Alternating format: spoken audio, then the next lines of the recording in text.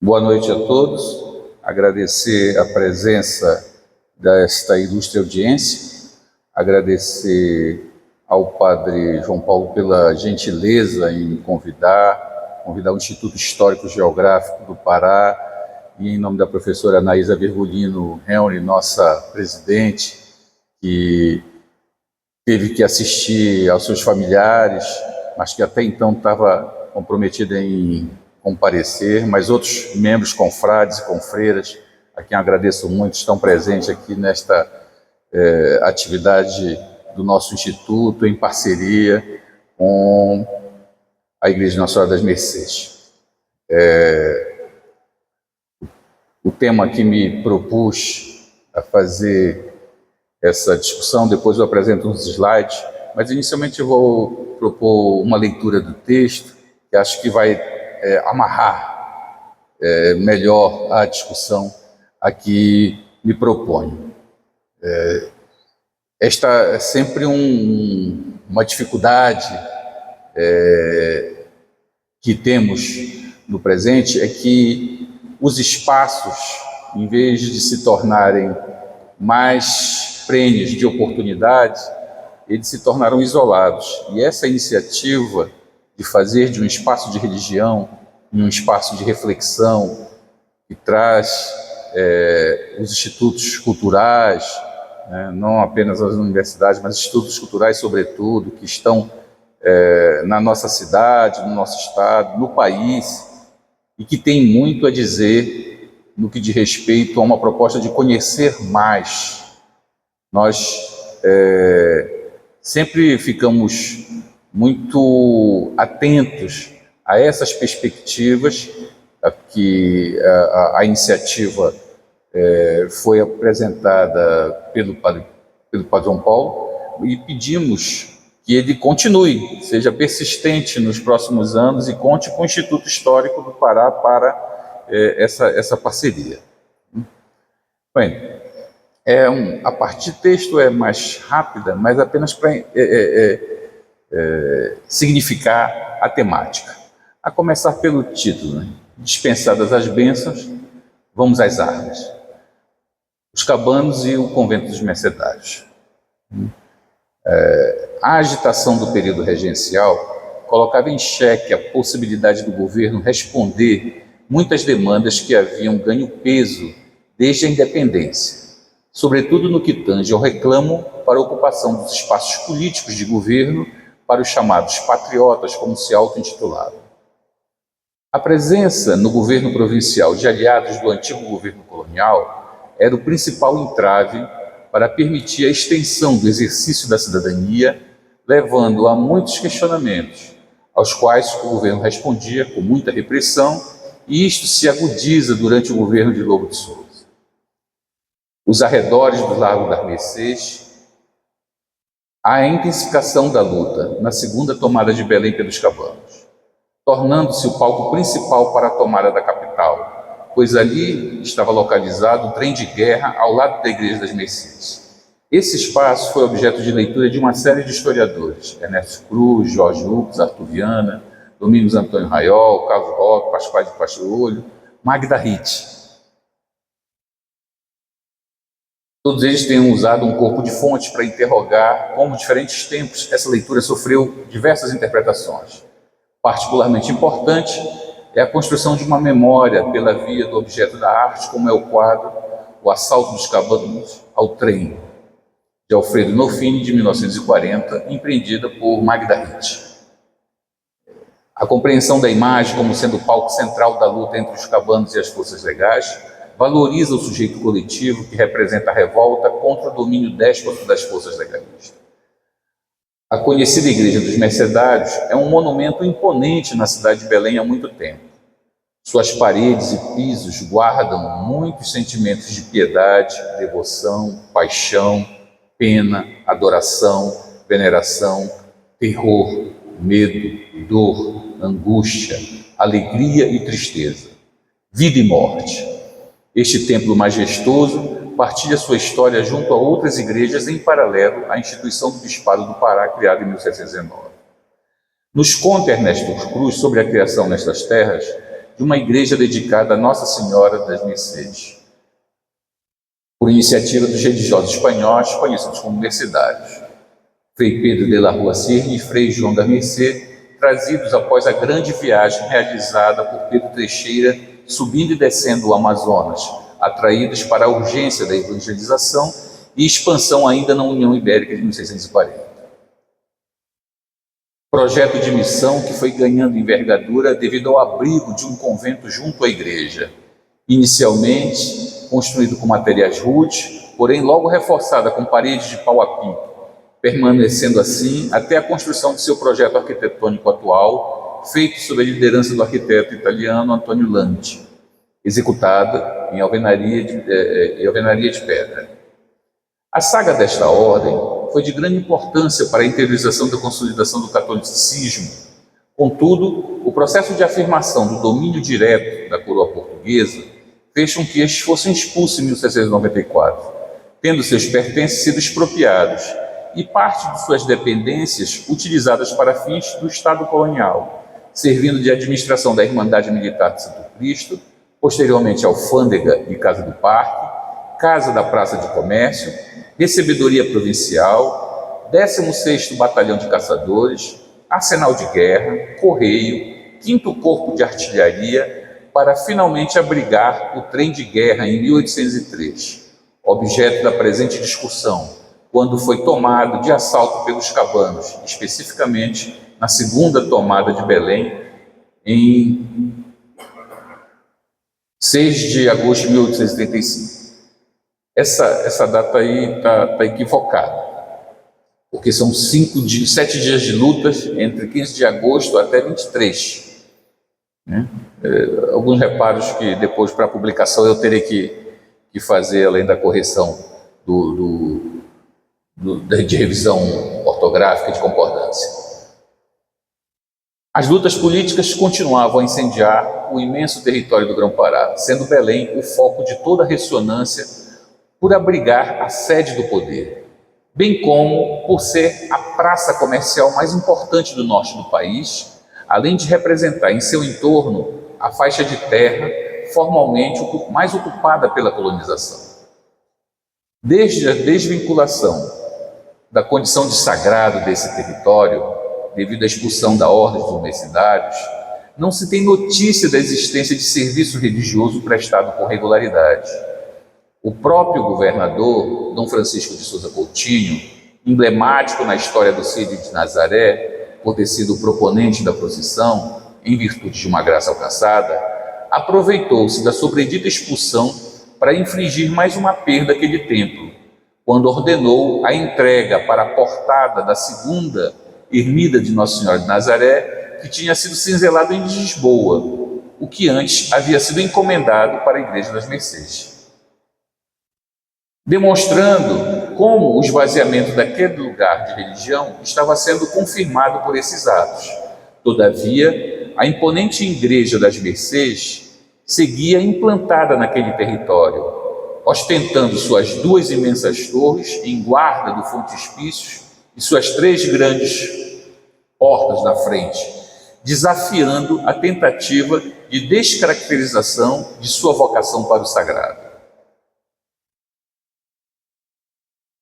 A contribuição outra dos mercedários na evangelização no Grão-Pará foi a formação do aldeamento Muturu, depois convertido pela ordem do Marquês de Pombal em Porto de Mós.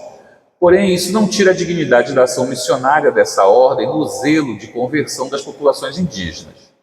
O fato que todas essas colaborações não ficaram necessariamente vinculadas à memória do conjunto arquitetônico incrustado por quase 400 anos na área central da capital do domínio português sobre essas terras. No entanto, a força do monumento permaneceu incrustada na produção do acontecimento ocorrido durante a segunda tomada pelos cabanos, servindo de baliza para a percepção desta batalha, a ponto de receber uma encomenda para ser retratada pela arte de Alfredo Norfini, como assinala Magda Ritt. Como ganhador do concurso da Biblioteca e Arquivo Público do Pará, no ano de 1940, Norfini produziu 2 telas, para celebrar a ideia de patriotismo e de civismo do Estado Novo. O foco desta reflexão se centra no assalto ao trem de guerra para privilegiar este espaço da igreja com o convento convertido em arsenal de guerra. Essa é a obra, né, bastante difundida, conhecida, que é parte do acervo do Museu do Estado. Nós vamos voltar a ela por diferentes momentos, né? Então, apenas para assinalar, a igreja, as torres, as portas, o convento.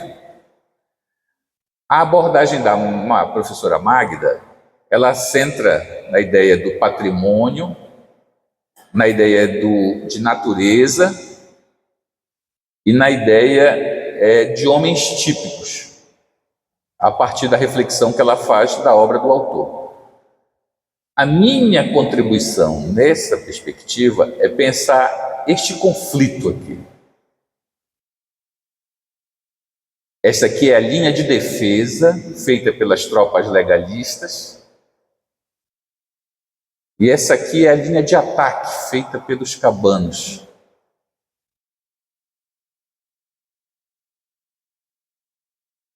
Olhem o cerco todo que os cabanos produziram na reprodução artística, claro, já que ele não é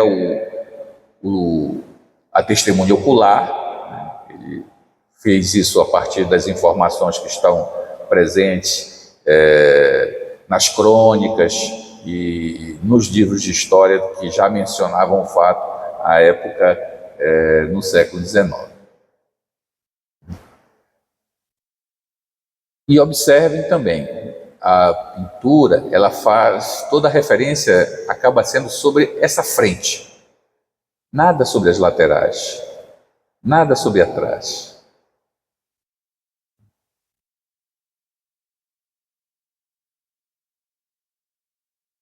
Segundo essa autora, a composição mobiliza a ambiência natural, sociocultural e arquitetônica como de preferência do pintor.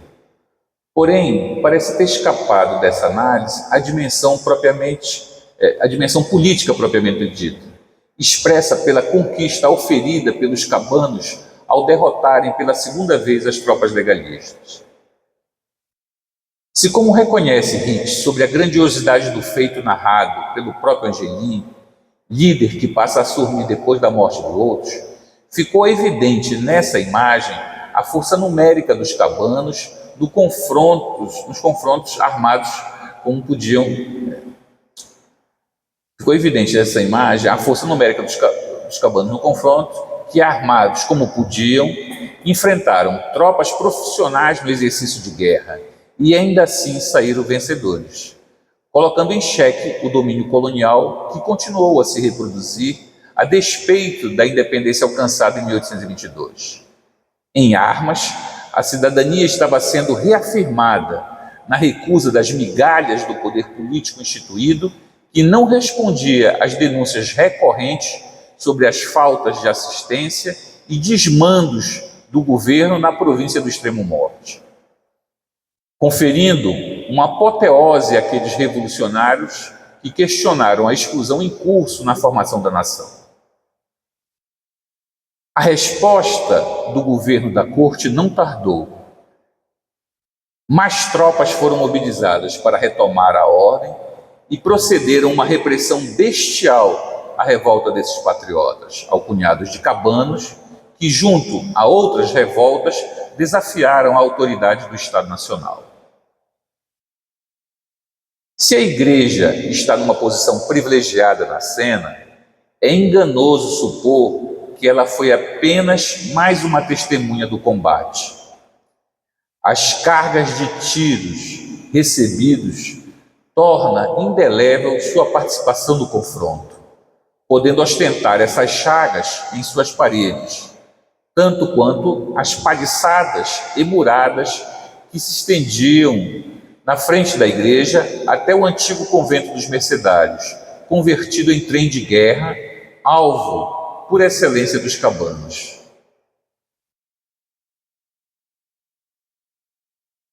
No calor das rinhas políticas intestinas dos cabanos, havia aqueles que tentaram alguma negociação com as forças legalistas, como foi o caso de Francisco Vinagre, ao buscar o entendimento. Primeiro, com o reconhecimento de Ângelo Custódio para assumir o governo da província, de acordo com o resultado da eleição realizada. Porém, devido ao baixo reconhecimento de cidadania para a maioria daqueles que conformavam as forças cabanas, estes não reconheceram os resultados, permanecendo avessos a qualquer legitimação do pleito, pois, embora legal, ele não conseguia absorver o contingente dos revolucionários, por esse não se enquadrar em nenhum dos critérios que os tornariam aptos à formação do colégio eleitoral. Francisco Vinagre foi o único a sustentar a tentativa de compromisso, apesar desses obstáculos. O forte componente patriótico dos cabanos também os impedia de reconhecer algum pacto para dar legitimidade ao governo, por este ser formado por muitas pessoas tido como simpáticas à causa dos portugueses instalados no Pará, ou ainda daqueles enviados junto com as tropas legalistas. Aureliano Guedes sustenta essa interpretação baseado na própria liderança das tropas legalistas, ao recair sobre o brigadeiro Francisco José de Sousa Andréa, nascido em Portugal e tinha deixado uma péssima impressão quando esteve no exercício de comandante de armas no Pará, ao ser acusado de abuso de poder. Não deixando outra alternativa aos revoltosos, senão persistir para ter um representante brasileiro como governante, o que não foi aceito pelos legalistas. A narrativa do combate. Na narrativa do combate, esse autor faz uma declinação da versão apresentada na obra clássica Motis Políticos, de Domingos Antônio Raiol, ao reconhecer uma capacidade militar nos revoltosos, por estes adotarem o destacamento das forças para alcançarem seus objetivos. Porém, o mesmo Raiol enfatiza a inexistência de uma força militar que pudesse ser equiparada a um exército nos termos até então reconhecidos como tal. No máximo ostentando a cor vermelha em suas vestimentas, graças ao tingimento realizado pela fervura das vestes junto à casca de muruxi, sendo esse o elemento distintivo dos cabanos em suas batalhas. Para o pintor Norfini, essa foi uma característica essencial a ser captada entre os cabanos. No mais das vezes, não conseguimos ver suas vestes.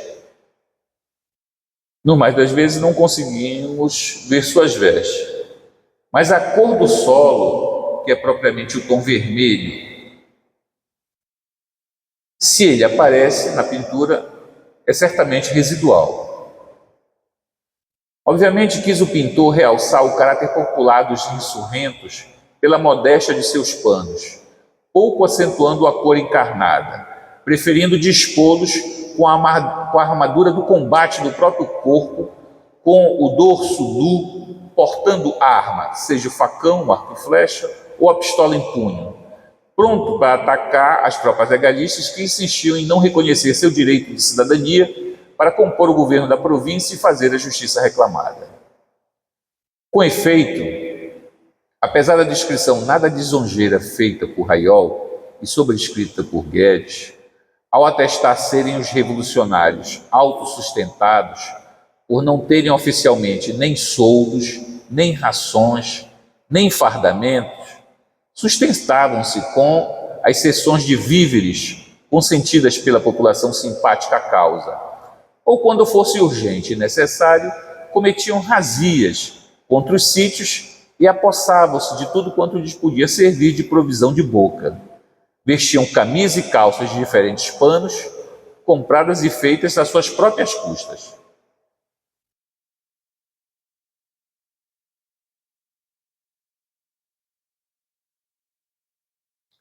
Se lhes faltava esse apuro no sustento, contentando-se com frutos agrestes, um pouco d'água com farinha, servia-lhes de refeição muitas vezes, Na vestimenta, pouca falta fazia o chapéu e demais vestes, por estarem habituados à simplicidade e aos rigores da vida rústica. O sol, as chuvas, as intempéries do tempo não lhes faziam moça, desconhecendo os cômodos da civilização. Nos diversos quesitos, esses homens só podiam ser rotulados de cabanos, pela falha completa na constituição ordinária de um exército. Entretanto, sobrava-lhes engenho para alcançar seus objetivos, como foi descrito por Raiol, ao indicar como as forças de aproximadamente 3 mil cabanos foram distribuídas entre seus líderes para reconquistar a capital, o que novamente teve a sobrescrita de Guedes para referendar o que ele denominou de estratégias de guerra para derrotar as forças legais de Manuel Jorge Rodrigues. Coube a tarefa mais espinhosa a Antônio Vinagre, devido às posições reforçadas do arsenal de guerra e todas as fortificações do bairro da Campina. Em importância semelhante, as forças sob o comando de Eduardo Angelim deveriam adonar-se do Palácio do Governo, onde residia o presidente da província, ficando o terceiro objetivo a cargo de Geraldo Gavião, irmão de Angelim, para submeter o arsenal de marinha e as fortalezas do bairro da cidade. Só para entendimento aqui, quando ele fala esse arsenal de guerra, é o que é hoje o convento, o antigo convento de Mercedade, que hoje é ocupado pela Universidade Federal do Pará. Então, isto que já foi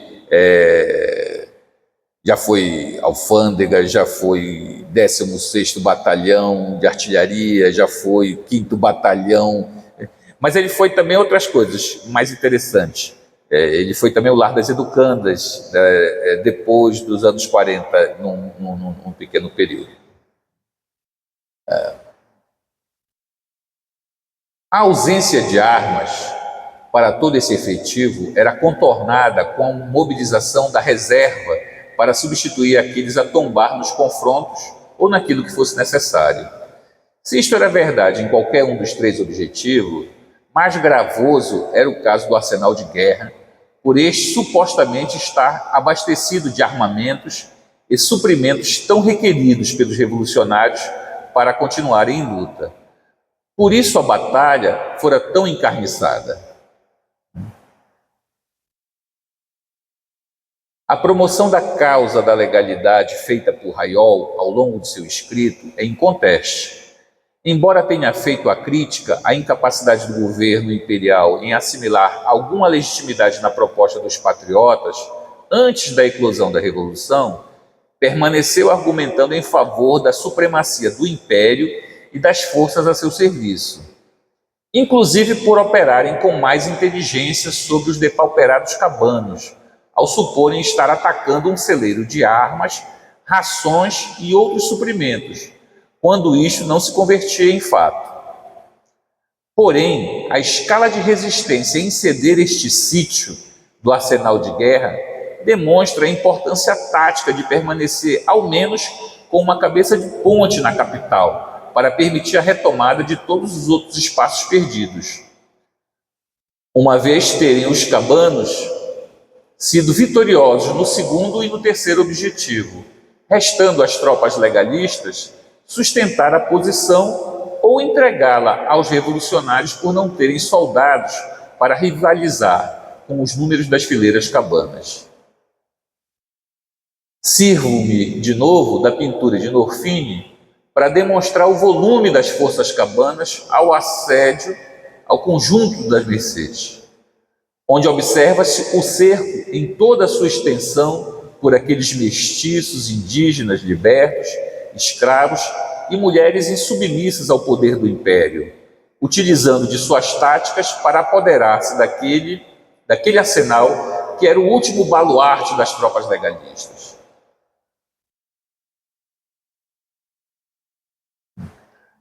Uma vez mais aqui a pintura, para demonstrar esta questão. Porque o argumento do Raiol, fica mais claro, é que não teria no arsenal os suprimentos que os cabanos desejavam. Ora, se não teria, então por que resistir? Por que lutar durante 8 dias? Aqui havia se tornado o último lugar que as tropas legais tinham. Os cabanos tinham tomado todo o resto da cidade. Todo. Palácio do governo, arsenal de marinha, Santo Antônio, todo lugar. O cerco final era este aqui. Então aqui residia a batalha pelo controle da cidade. Tanto que quando, na obra do Raiol, sobretudo quando entra no detalhe, vê que a luta foi sala a sala do cômodo do convento. A cada espaço, até eles recuarem à praia, os poucos que ainda conseguiram, e embarcar em direção à ilha de Tatuoca, que é onde eles vão, as tropas legalistas vão se abrigar.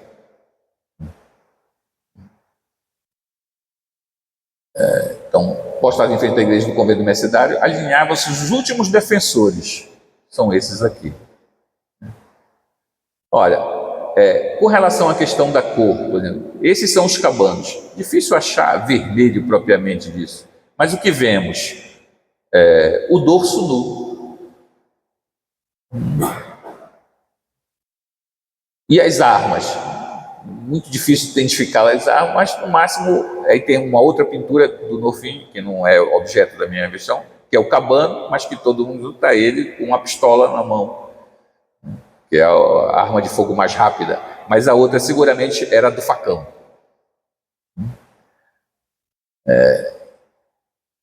As tropas legais, é bem importante, né? As tropas legais têm treinamento, tem fardamento, é um fardamento azul, também não dá para perceber na pintura, mas essas são a referência. Mas e eles têm armas de fogo em geral, né?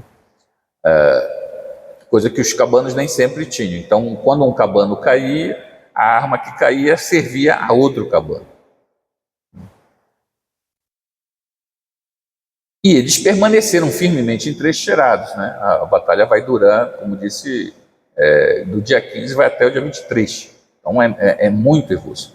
E as casas que estão aqui do largo, estas casas, né, em outras descrições que vão perceber, depois da morte do Vinagre, que é o próprio Angelim que vai estar dirigindo esse ataque, ele assumirá a liderança, ela será também toda ocupada por cabanos, que também vão estar confrontando, trocando tiros. Então, por isso que eu digo, a igreja não foi só testemunha, ela também teve suas chagas expostas pelas balas que foram atiradas contra as tropas legalistas, mas que não tinham como não atingir o corpo da igreja. Ali entrincheirados, uma tropa de ofício, dispondo de treinamento, armamento próprio. Outra diferença, soldo, eles eram pagos, alimento e liderança especializada na arte da guerra, via-se sitiada por aqueles que tanto desprezavam. Quer dizer, as forças legalistas eram um exército e tinha treinamento, tinha arma, recebia pagamento, recebia alimento. Do lado dos cabanos, o que é que tem? Não tem soldo, não tem alimento e não tem uma liderança militar especializada, ou seja, com treinamento em tática, em estratégia, em logística, né? Recursos de guerra muito, muito complexos e muito necessários, né? Mas são esses despauperados que vão derrotar essas tropas legalistas.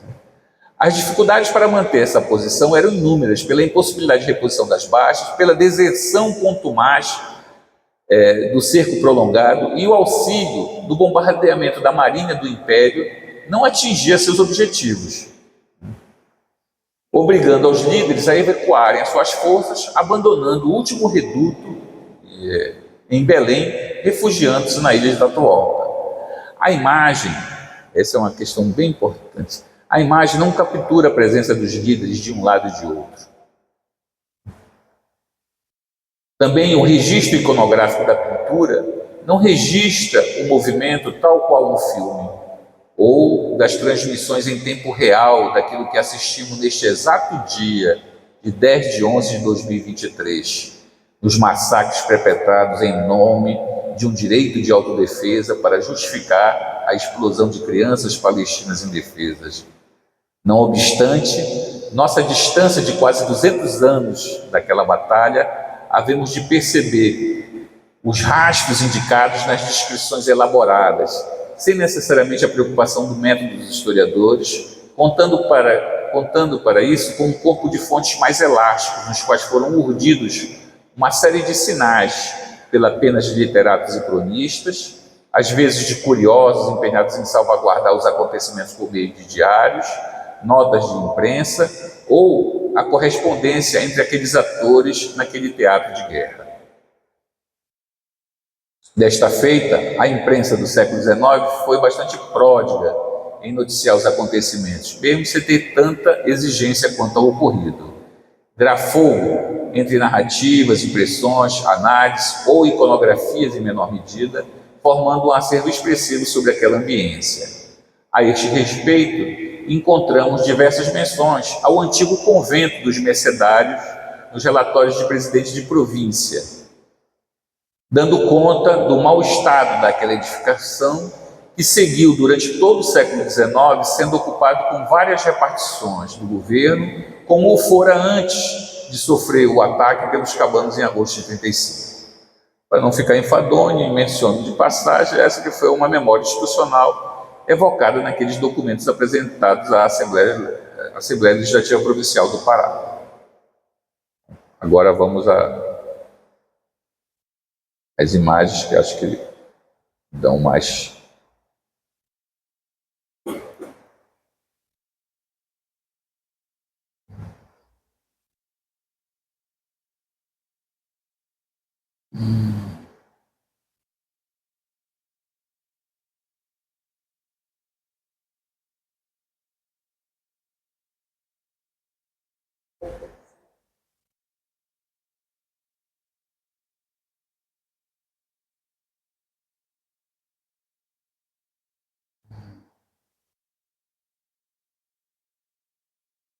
Estou tentando achar aqui o Copa.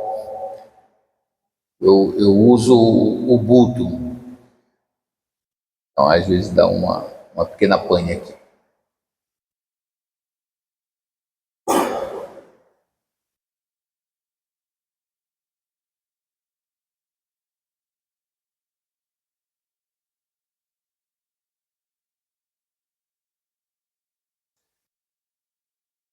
Bom, essa aí é uma referência ao Conjunto dos Mercedários que está na obra do Alexandre Rodrigues Ferreira, Viagem Filosófica pelas Capitanias do Grão-Pará, Rio Negro, Mato Grosso, Cuiabá e Arquivo Nacional.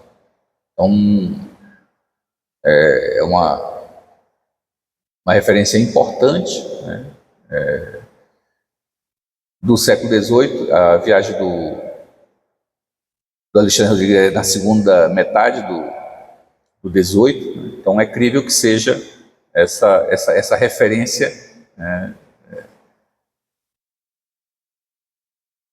Então, a igreja, o convento, o largo e ao fundo a Bahia e Rua da Praia.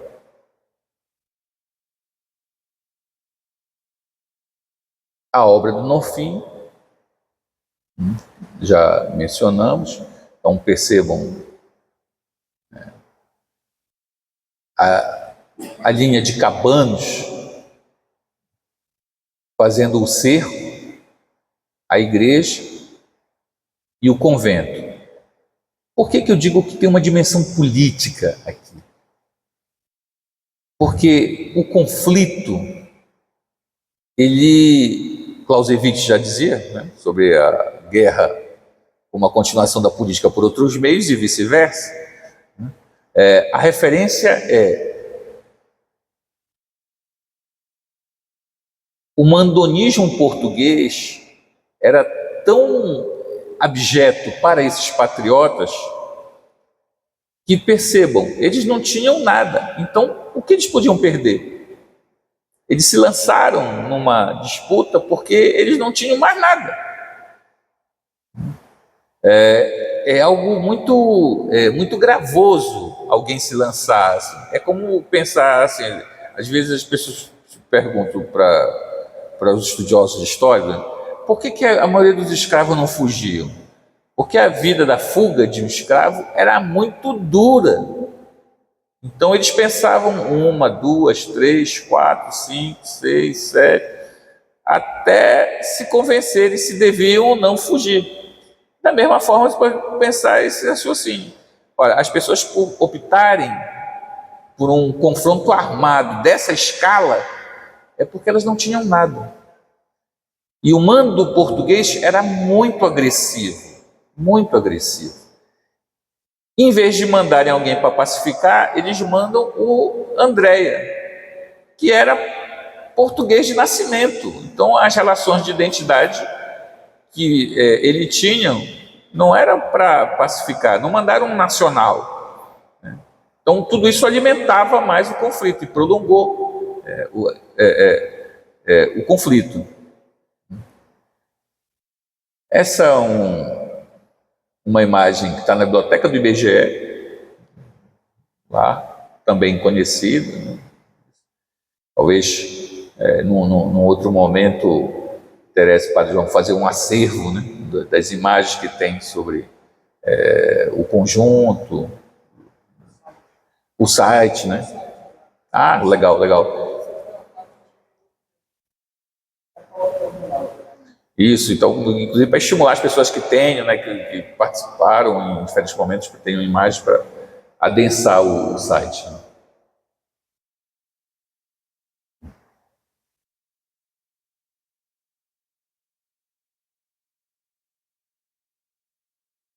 Sobre um outro prisma aqui, né? Bom, aqui vou mencionar apenas algumas referências, né? O discurso recitado pelo Dr. João Antônio Miranda, presidente da província do Pará, na abertura da Assembleia Legislativa Provincial, em 15 de agosto de 1940.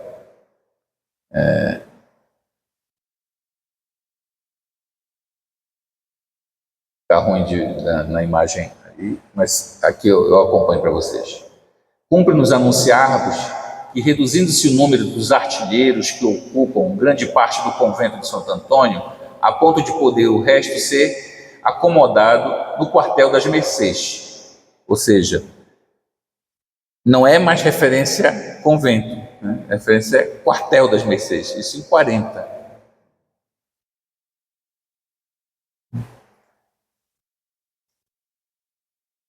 No discurso recitado pelo desembargador Manuel Paranhos da Silva Veloso, presidente da província do Pará, na abertura da primeira sessão da Assembleia, ele menciona, né, de como as edificações dos mercedários passaram para o controle do Estado. Então, menciona aqui, vem da Mercês.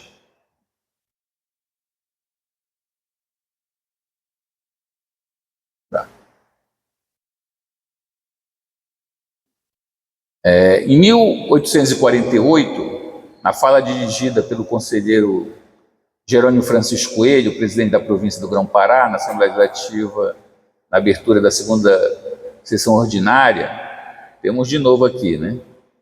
As alterações feitas exigirão que se reunisse em um só edifício o pessoal do Tesouro e Recebedoria Filial, para que o chefe comum pudesse exercer facilmente o serviço de ambas pronta e imediata inspeção.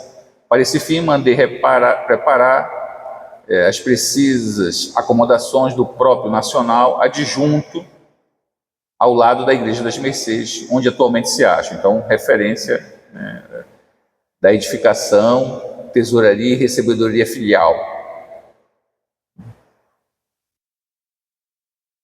49, na fala dirigida pelo conselheiro Jerônimo Francisco, presidente da província do Grão-Pará, na sua fala, menciona, né? E aqui é um parêntese importante, porque a Irmandade Nossa Senhora da Conceição, de quem se trata, obteve licença de se organizar em confraria com a clausura expressa no seu compromisso de se reunir e celebrar os seus atos de devoção na Igreja das Mercês. Este compromisso recebeu a aprovação conjunta, episcopal e presidencial, ou seja, a aprovação de Dom José Afonso Moraes Torres e do Jerônimo Francisco Coelho. Mas por que é importante? Porque até então todo esse espaço não tem atividades religiosas enquanto tal. Essa é uma primeira referência no 19 em que há uma sessão para que a Nossa Senhora da Conceição tenha aqui a reunião da sua Irmandade.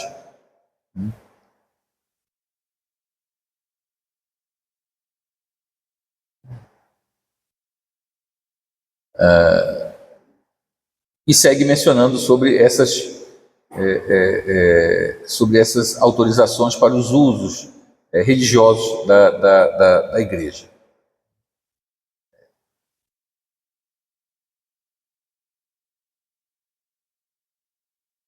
Esta é uma menção que eu havia mencionado, que eu havia feito anteriormente, é que os educandos, o convento estava sendo requerido para servir de abrigo para as educandas que estavam a cargo da igreja e que estava pleiteando ampliar esse espaço. Essa é uma discussão que vai estar em torno de áreas de disputa também, porque depois elas vão ser deslocadas, as educandas, para Santo Antônio, e depois, quando chegada das irmãs, que se instala um projeto educacional dentro da concepção do Dom Macedo Costa de modernização, uma modernização conservadora da igreja, mas que implicava em ter uma proposta de educação para mulheres, jovens, crianças e jovens, meninas, etc.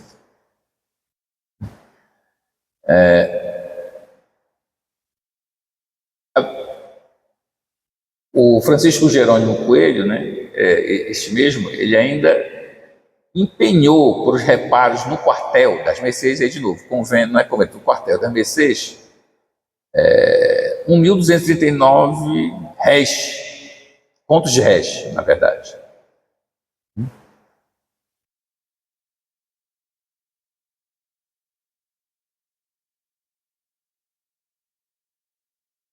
Bom, sobre a recebedoria instalada no antigo convento das Mercês,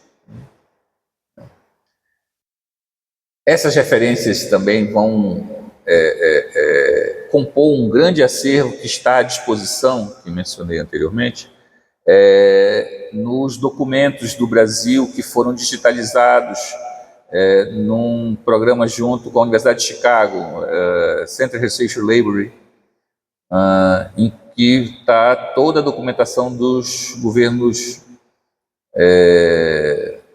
dos relatórios de presidente de província, mas também dos ministérios do Brasil ao longo do século XIX e avança até XX, até a década de 30 e, em alguns casos, até a década de 60 do século XIX. Então, do século XX. Tem todo o XIX que tem digitalizado. Mas também tem no Arquivo Nacional os originais, mas nós não podemos manipulá-los e nem tem porquê, né? Já que tem a documentação digitalizada, é importante preservar os originais. Esse Aureliano Guedes é com quem eu interpelo o debate, né? Mas aqui chama a atenção para algumas referências que da noção de trem de guerra, né? Alcançando, isso aqui é uma obra de 1963, ela fala, alcançando a Alfândega, destacou a força de 4 colunas, 2 das quais atacaram o trem arsenal no Largo das Mercês. Então, em muitas publicações, há referência não do convento, mas do trem ou do arsenal. Então é um processo de dessacralização desse território, que era um território sagrado.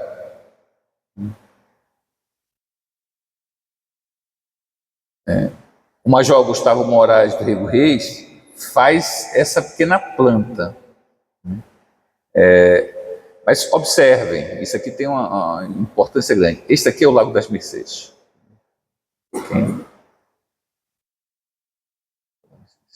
E aqui é o trem. Então, aí retomando, os cabanos, eles vêm pela Estrada de Nazaré, né? Aí depois o Angelim divide as forças dele, uma pela São Jerônimo e outra pela Gentil, mais aqui no traço, e ocupam. Outras marcham para cá, dominam, mas o centro da luta é aqui. Aqui é a Baía do Gajará. Mas observe, ele não captura, né? Aqui estava também a armada, que era em favor das tropas legalistas, e bombardeavam e acertavam os dois ao mesmo tempo. Então ela acabava não tendo nenhuma resposta que favorecesse as tropas legalistas.